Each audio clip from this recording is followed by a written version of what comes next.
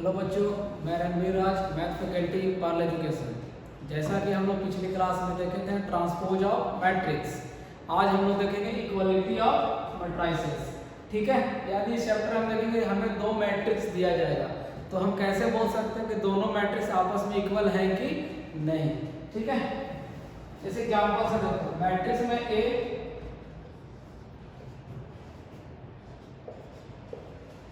और एक मैट्रिक्स लिया हमने बी।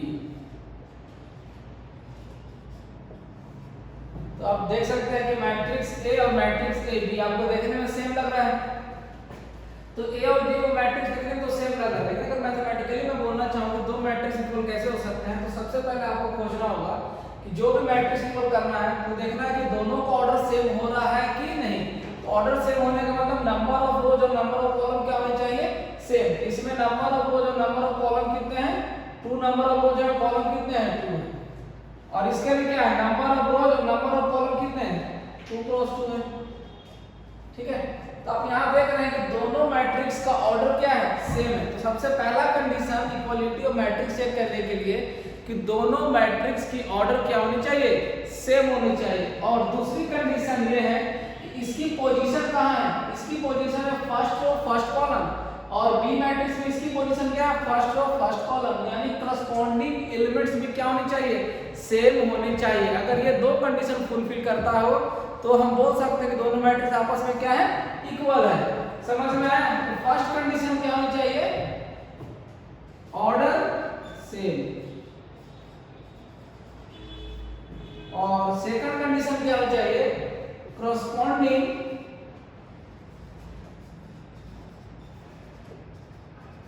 Elements are equal. अगर कोई भी दो मैट्रिक्स हो और अगर दोनों मैट्रिक्स ये कंडीशन को फुलफिल करता है तो मैं बोल सकता हूं कि दोनों मैट्रिक्स आपस में क्या है, इक्वल है। ठीक है, जैसे फॉर एग्जांपल इस तरह से A equal to P Q R S, और यहां मैंने मैट्रिक्स B लिया A B C और D।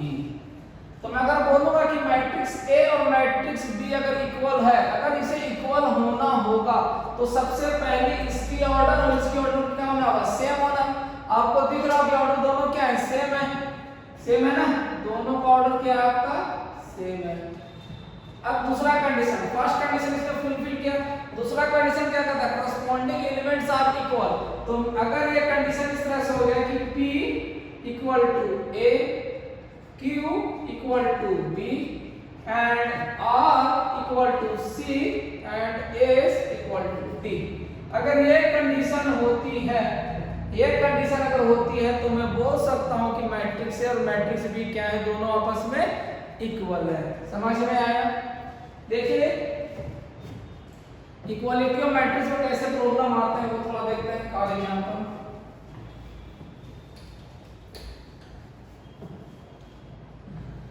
यहां मैं लिख रहा हूं matrix A equal to matrix B। Matrix A मैं कुछ इस तरह से लिख रहा हूं, ये 4, ये 5, ये 3x, ये 7y। यहां मैं लिख रहा हूं 2z 5 4 14। मैं बोल रहा हूं कि मैट्रिक्स A और मैट्रिक्स B आपस में क्या है, इक्वल है। तो आपको ऑर्डर तो दिख रहा होगा, 2 रो और 2 कॉलम, इसमें भी 2 रो एंड 2 कॉलम है, यानी ऑर्डर क्या है, सेम है। अब ऑर्डर सेम है तो एलिमेंट्स भी क्या होने होंगे, सेम होगा। तो दोनों मैट्रिक्स इक्वल है, तो इसको मैं इसके हेल्प से मैं सॉल्व कर सकता हूं ना कि 2z इक्वल टू क्या होगा, 4, ये होगा ना, 2z इक्वल टू क्या होगा, 4, तो z इक्वल टू क्या होगा, 2, z इक्वल टू क्या होगा, 2 होगा। क्योंकि मैट्रिक्स दोनों क्या इक्वल है, इसका मतलब करस्पॉन्डिंग एलिमेंट्स भी क्या होंगे, इक्वल हो गया। यहां देख रहे हैं 5 है, यहां 5 है, तो 3x इक्वल टू क्या होगा, 4, x इक्वल टू क्या होगा, 4/3। उसी तरह से 7y इक्वल टू क्या होगा, 14, तो y इक्वल टू क्या हो गया, 2। समझ में आया? तो इक्वालिटी ऑफ मैट्रिक्स को हम कैसे यूज कर सकते हैं, इस तरह से प्रॉब्लम आपको क्रिएट किया जाएगा और आपसे पूछा जाएगा। ठीक है, चलिए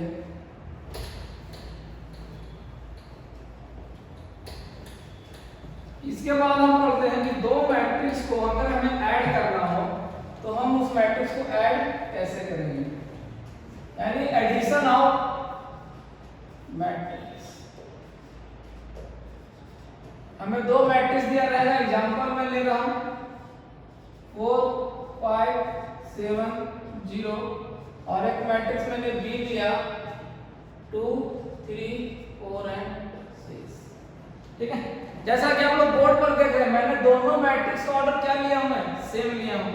ठीक है, दोनों ऑर्डर का मैट्रिक्स क्या लिया, सेम लिया हूं। यानी एडिशन ऑफ मैट्रिक्स में अगर हम दो मैट्रिक्स को ऐड करेंगे तो दोनों मैट्रिक्स का ऑर्डर क्या होनी चाहिए, सेम होनी चाहिए। अगर सेम होगा तभी हम एडिशन कर सकते हैं। देखिए मैं क्यों बोल रहा हूं ऐसा, जैसे मैं मैट्रिक्स लिख रहा हूं a प्लस b, दोनों का ऐड किया तो यहां लिख दिया 4 5 7 0 प्लस 2 3 4 6।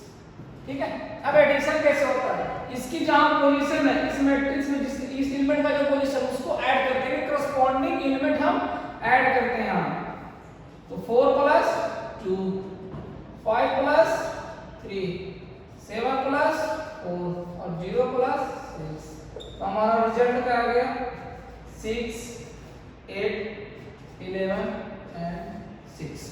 ठीक है, समझ में, कोरस्पॉन्डिंग एलिमेंट्स ही हम लोग ऐड करेंगे, कोरस्पॉन्डिंग एलिमेंट्स ऐड करेंगे तो एडिशन ऑफ मैट्रिक्स होता है। अगर मान लीजिए इसका ऑर्डर 2 क्रॉस 2 इसका ऑर्डर कुछ अलग हो, कुछ इस तरह से एग्जांपल मैं दे रहा हूं, यहां हमारा 2 4 0 6 है और इसको मैं ऐड कर रहा हूं यहां 1 और 2।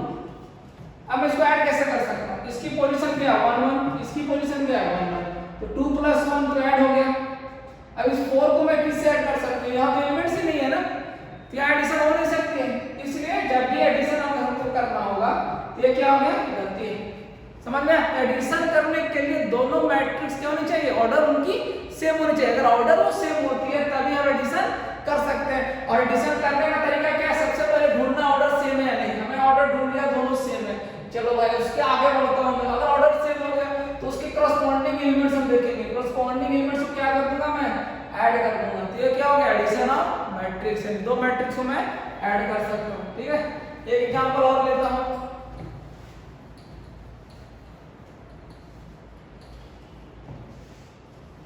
वन 2 3 4 5 6 और एक मैट्रिक्स लिया हमने बी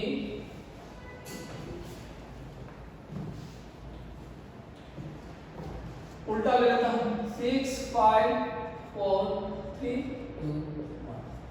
अब इसके ऑर्डर क्या, दोनों मैट्रिक्स का सेम है ना, इसका ऑर्डर कितना है, रो कितने हैं 1 और 2, कॉलम कितने हैं 3, यानी इसकी ऑर्डर क्या होगी 2 3, इसकी ऑर्डर क्या होगी,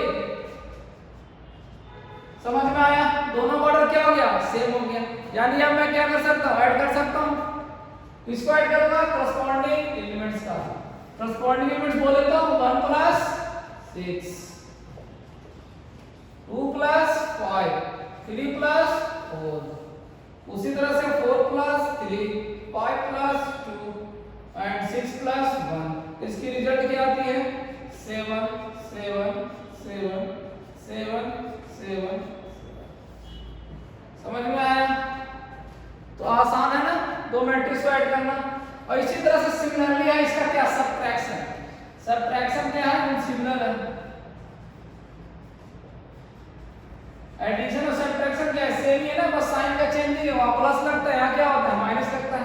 यही एग्जांपल समझते हैं, मैट्रिक्स हमने लिया ए और बी, अब यहाँ भी हमें क्या करना है, ऑर्डर दोनों को क्या रखना होगा, सेम रखना होगा। ऑर्डर क्या रखना होगा, सेम रखना होगा। अब दोनों का ऑर्डर सेम रखूंगा और मैं यहाँ सबट्रैक्शन करूंगा, तो यहाँ मैं कह रहा हूँ a minus B, a minus b. अब a माइनस बी देखो, a माइनस बी का मतलब क्या, करस्पॉन्डिंग एलिमेंट का subtraction 1 minus 6 2 minus 5 3 minus 4 4 minus 3 5 minus 2 और 6 माइनस 1। तो रिजल्ट अपना क्या आ गया, -5 -3 -1 1 3 एंड 1। ये हमारा आ गया a minus B, a minus B आ गया। समझ में आया, क्या आ गया a माइनस बी। यानी एडिशन की तरह है ना, यहाँ हम लोग क्या करते हैं ऐड करते हैं और यहाँ क्या कर रहे हैं सब्ट्रैक्शन कर रहे हैं, बस साइन का चेंज है, यहाँ एडिशन प्लस हो गया सब्ट्रैक्शन माइनस हो गया। समझ में आया? अगर मैं तुमसे पूछूं b माइनस a तो b माइनस a का मतलब क्या 6 माइनस 5 1 6 माइनस 1 5 माइनस 2 और 4 माइनस 3। समझ में आ रहा? b में से a को मैं सब्ट्रैक्ट कर रहा हूं तो पहले यूनिट किसका लिखूंगा b का ना, तो मैंने b का लिख दिया। यहाँ क्या हो जाएगा 3 माइनस 4 2 माइनस 5 और 1 माइनस 6। यहाँ से रिजल्ट आपकी क्या आती है 5 3 1 माइनस 1 माइनस 3 माइनस 5। तो a माइनस b आपका ये आया और b माइनस a आया, तो इसका मतलब आपको दिख रहा होगा a minus b not equal to b minus a minus b not equal to b minus a।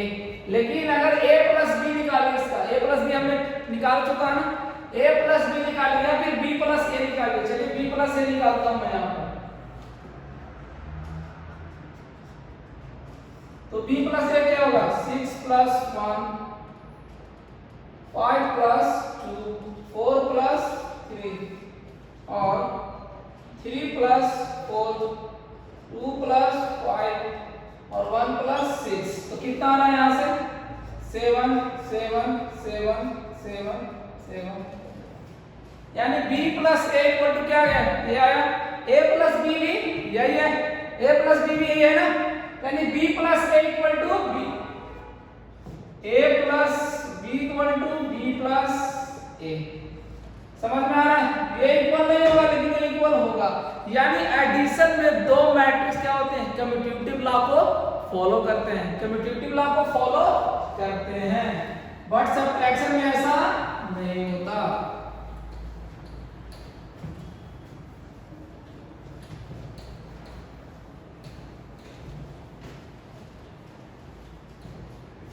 यानी फर्स्ट क्या है a plus b equal to b plus a, इसका मतलब कम्यूटेटिव लॉ को फॉलो करता है। एडिशन जो मैट्रिक्स है, दो मैट्रिक्स अगर हम ऐड करेंगे तो वो कम्यूटेटिव लॉ को फॉलो करता है। कम्यूटेटिव लॉ बोलने का मतलब a plus b equal to b plus a, और second a plus b plus c equal to a plus b plus c। ये कौन सी लॉ होगी एसोसिएटिव लॉ, एसोसिएटिव लॉ।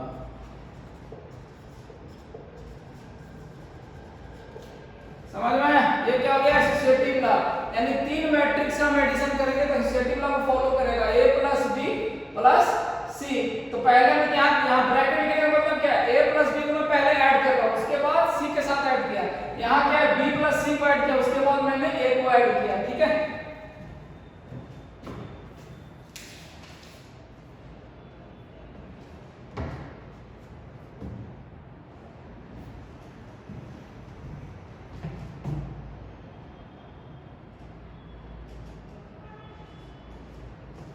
समझ में आया? यानी एडिशन ऑफ मैट्रिक्स क्या करता है वो कम्यूटेटिव लॉ और एसोसिएटिव लॉ दोनों को क्या करेगा वो फॉलो करेगा, बट सब्ट्रैक्शन ऑफ मैट्रिक्स ये फॉलो नहीं करती है। समझ में आया? इस पर कोई भी एग्जांपल लेके तुम देख लो, कर सकते आराम से बना सकते हो। इस पर तो मैंने देख लिया, चलो इस पर देखता हूं।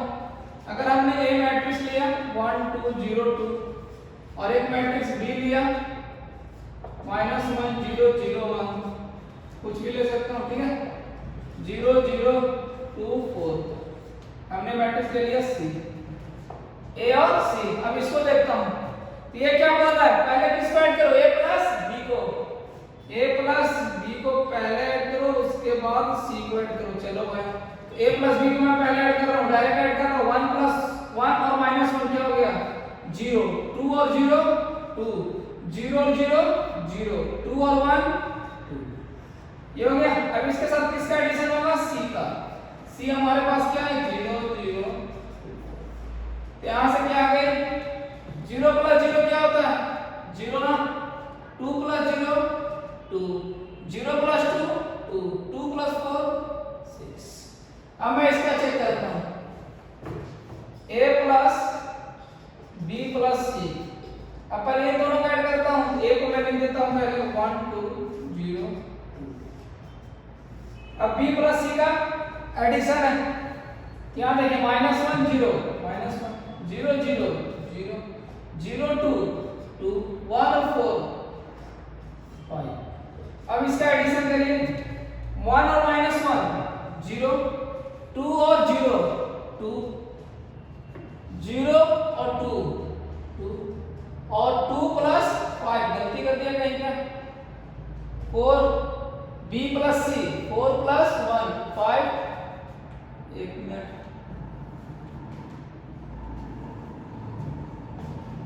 वन टू जीरो टू, इसका एडिशन हो गया आपका, ये ठीक है, 4 प्लस 1 5 प्लस 2 7। यहाँ क्या A प्लस B यानी 2 प्लस 1 क्या होता है 3, 2 प्लस 1 क्या होगा 3, 4 प्लस 3 क्या हो गया, ठीक है। तो आप यहाँ क्या देख रहे हैं, A और ये दोनों का जो रिजल्ट है दोनों क्या है सेम है। इसका मतलब मैंने क्या प्रूव कर दिया कि एसोसिएटिव लॉ क्या करता है, फॉलो करता है ना। चलिए ठीक है,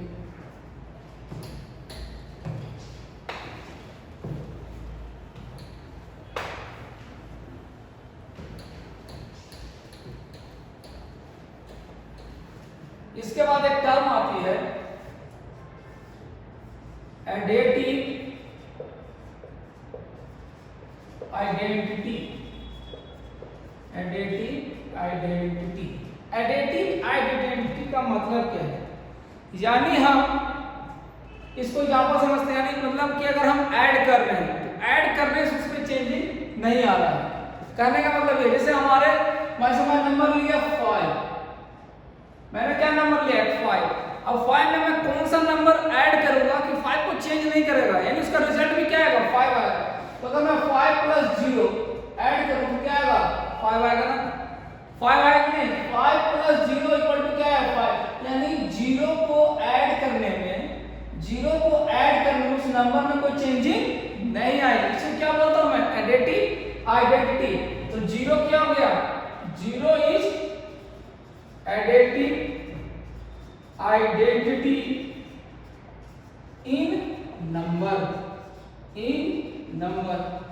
अब कोई भी नंबर उठा लो, 10 प्लस 0 10, कितना भी बड़ा नंबर उठा लो वो क्या आएगा, कुछ नहीं होगा ना, कोई नंबर चेंज नहीं होगा 0 ऐड करने से। उसी तरह से मैट्रिक्स में क्या होता है कि अगर कोई मैट्रिक्स है हमारे पास, मान लो सपोज मैट्रिक्स ए है, उसमें मैंने कोई और मैट्रिक्स को ऐड किया तो हमारा जो रिजल्ट आया वो मैट्रिक्स ए को चेंज नहीं किया। समझ में आया? तो यानी वो उसको क्या बोलूंगा मैं, एडिटिव आइडेंटिटी। ऐसा कौन सा मैट्रिक्स है, तो मैंने यहां लिखा कुछ मैट्रिक्स 2 4 6 8। अब इसमें मैं कौन सा मैट्रिक्स ऐड करूंगा, हमारा रिजल्ट 2 4 6 8 ही आए, क्या आएगा 8 ही आए। यहां देखो 10 प्लस 0 ये भी नंबर है, तो मैं यहां 0 नंबर उठा लिया, 2 प्लस 0 क्या हो गया 2। अब समझ गए, यहां भी क्या आएगा 0, यहां भी क्या आएगा 0, यहां भी क्या आएगा 0। यानी मैट्रिक्स ए है, मान लीजिए इसका मैट्रिक्स है और हमने एक मैट्रिक्स ऐड किया और आउटपुट भी क्या आ रहा है मैट्रिक्स ए। इस मैट्रिक्स को क्या बोलते हैं हम लोग, नल मैट्रिक्स। इस मैट्रिक्स को क्या बोलते हैं हम लोग, नल मैट्रिक्स, जिसके सारे एलिमेंट क्या होते हैं 0 होते हैं। यानी नल मैट्रिक्स ही क्या है, एडिटिव आइडेंटिटी है इस मैट्रिक्स में। समझ में आया? तो मैं इसका स्टेटमेंट बोल सकता हूं कि null matrix is additive identity in matrix.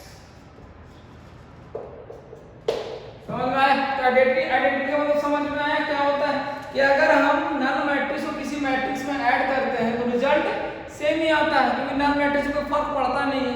समझ में आया? चलिए इसके बाद एक और टर्म है एडिटिव इनवर्स। एडिटिव इनवर्स, अब एडिटिव इनवर्स का मतलब क्या होता है,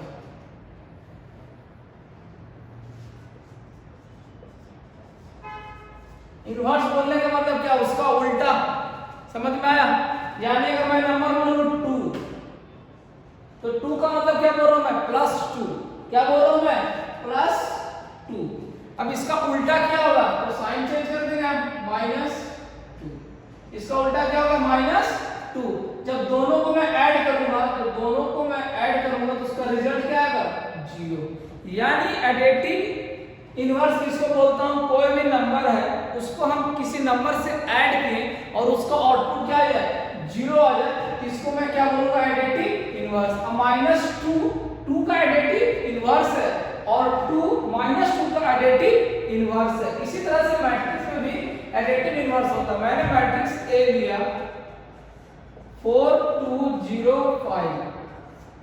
अब इस मैट्रिक्स में हम एक और मैट्रिक्स ऐड करना चाहते हैं जो इसका रिजल्ट क्या दे दे, 0। अब इसमें 0 का मतलब क्या था, नल मैट्रिक्स दे दे। तो मैं नल मैट्रिक्स के लिए क्या करूंगा, यहां लिख देता हूं A+, ठीक है, और यहां लिख दिया नल मैट्रिक्स। अब A+ की जगह पर मैं यहां लिख रहा हूं 4 2 0 5। ये मैट्रिक्स आपका क्या होगा, एडिटिव इनवर्स इसका, क्योंकि ये मैट्रिक्स इसको क्या बना रहा है, नल मैट्रिक्स बना रहा है। इसका मतलब ये जो मैट्रिक्स होगा जो मैं लिखने वाला हूं, ये इसका क्या होगा, इनवर्स होगा, एडिटिव इनवर्स होगा। अब 4 है, यहां 0 बनाना है, तो भाई यहां तो -4 लिखना होगा ना, क्योंकि 4 और -4 का एडिशन ही क्या होता है, 0। इसका ठीक उल्टा ही लिख दो, जिस तरह से यहां चल रहा था। अब दोनों का ऐड करो, क्या आ रहा है, 0 0 आ रहा है, नल मैट्रिक्स आ रहा है ना, समझ में आया, क्या आ रहा है, नल मैट्रिक्स आ रहा है। तो एडिटिव इनवर्स हम किसको बोलेंगे, वो मैट्रिक्स जिसको ऐड करने पर उस मैट्रिक्स को क्या बना दे, नल मैट्रिक्स, तो उसका क्या हो गया, वो एडिटिव इनवर्स। और एडिटिव आइडेंटिटी का मतलब क्या होता है, अभी आपको पता है कि कोई नंबर कोई मैट्रिक्स है, उसमें अगर हमने नल मैट्रिक्स को ऐड किया तो उस मैट्रिक्स को एडिशन में फर्क नहीं पड़ेगा। समझ में आया, चलिए थैंक यू, नेक्स्ट क्लास में देखेंगे।